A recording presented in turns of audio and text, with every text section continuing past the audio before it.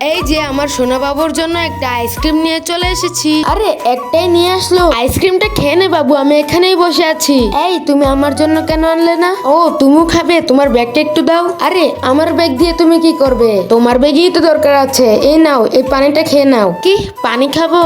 একটা আবদারও পূরণ করে না, একটা আইসক্রিম চেয়েছিলাম তাও দিল না, যারা ঘুরছে। ওরে বাবা, এভাবে পানি খাচ্ছে কেন? আরে আসলেই তো আমার মা এভাবে পানি খাচ্ছে কেন?